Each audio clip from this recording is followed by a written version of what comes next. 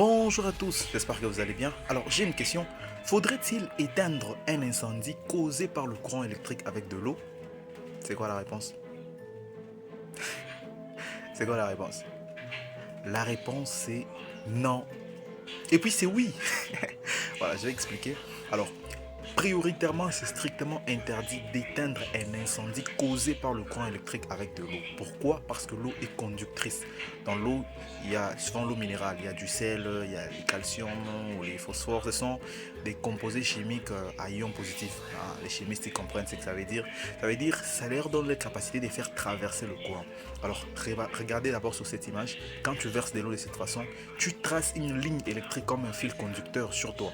Imagine que le seau est métallique ou ta main est à l'intérieur du seau, c'est que le courant va traverser ton corps et tu as un grand risque de faire quoi? D'être électrocuté ou de se faire. Et maintenant, si c'est un incendie causé par un court-circuit, la flamme peut traverser dans l'eau et arriver jusqu'à vous et vous brûler. Alors c'est pourquoi il est strictement interdit d'éteindre un incendie avec de l'eau. Mais il y a une possibilité. C'est quoi la possibilité? Alors la possibilité, quand j'ai dit oui, c'est que vous devez normalement trouver l'arrivée du courant. Par où est-ce que le courant arrive dans votre maison? Si vous pouvez facilement repérer les disjoncteurs principaux, alors vous avez en ce moment-là l'obligation de couper d'abord le courant, de déclencher votre disjoncteur par force. Comme ça, vous avez séparé la partie qui possède du courant électrique et la partie qui brûle.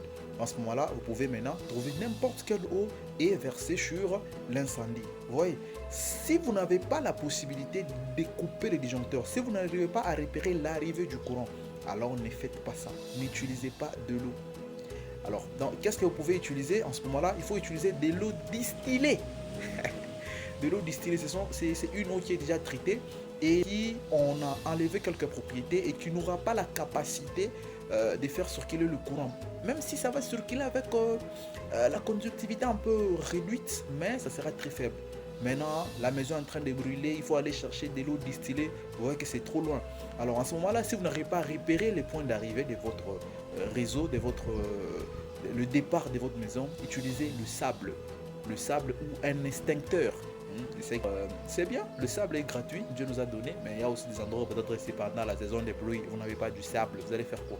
C'est toujours mieux de vous munir d'un extincteur ou de l'eau distillée. Voilà, si vous avez des questions et que vous aimez ce genre de contenu, n'oubliez pas de liker d'abord, de partager et de mettre en commentaire ce que vous pensez de cette idée. Alors, à très bientôt.